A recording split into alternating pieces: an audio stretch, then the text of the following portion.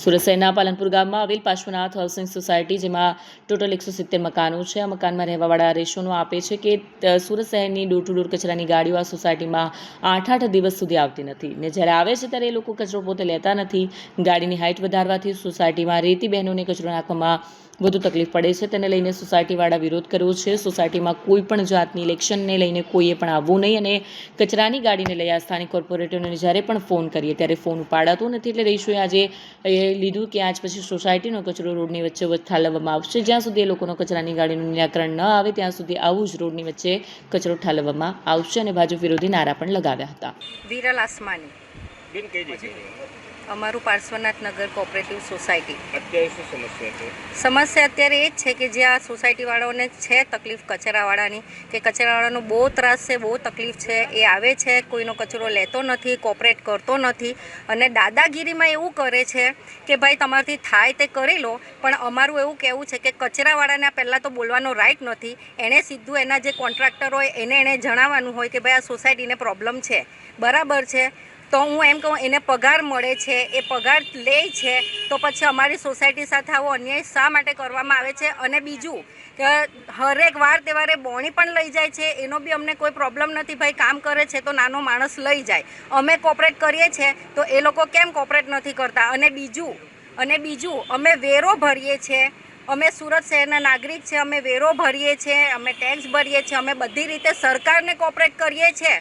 અને બીજું કે આ જે કોર્પોરેટરો છે એ કોર્પોરેટરો અમને પણ જરાક પણ સપોર્ટ નથી કરતા. ખાસ કરીને નેન્સીબેન માટે હું ખાસ કહીશ કે નેન્સીબેન જેવું કોર્પોરેટર આજ પછી અમે જરાક પણ એરિયામાં ઈચ્છતા નથી. અને હું બધા અમારી સોસાયટીને પણ કહું છું અને તમને પણ જણાવું છું કે અમારા એરિયાના કોઈ પણ વ્યક્તિ નેન્સીબેનને વોટ આપશો નહીં, કારણ કે એ વ્યક્તિ કામ કરતી નથી અને સપોર્ટ કરતી નથી. બસ આ એટલી જ ફરિયાદ છે. અને ફોન તો કોઈ દિવસ ઉપાડતા નથી સોસાયટીની નાની મોટી તકલીફો માટે.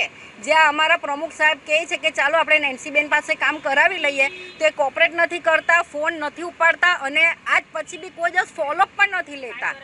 5 વર્ષમાં એ કોઈ દિવસ અમને મળવા જોવા કે કોઈ ફોલોઅપ લેવા આવ્યા નથી. બસ આ જ તકલીફ છે, એનું તમારે ધ્યાન રાખીને નિરાકરણ કરવું. પાર્શ્વનાથ નગર cooperative housing service society, Palanpur ગામ રોડ. શું સમસ્યા છે? સમસ્યામાં એવું છે કે છેલ્લા 8-10 મહિનાથી કચરાની ગાડી આવે છે પણ કચરો લેતો નથી. અને અમારે ત્યાંના લેડીઝો કચરો લેવાનું કહી છે તો દાદાગીરી કરે છે. ને વચ્ચે તો એકવાર એ લોકો ટેમ્પો વચ્ચે સોસાયટીમાં મૂકીને ભાગી ગયેલા હતા.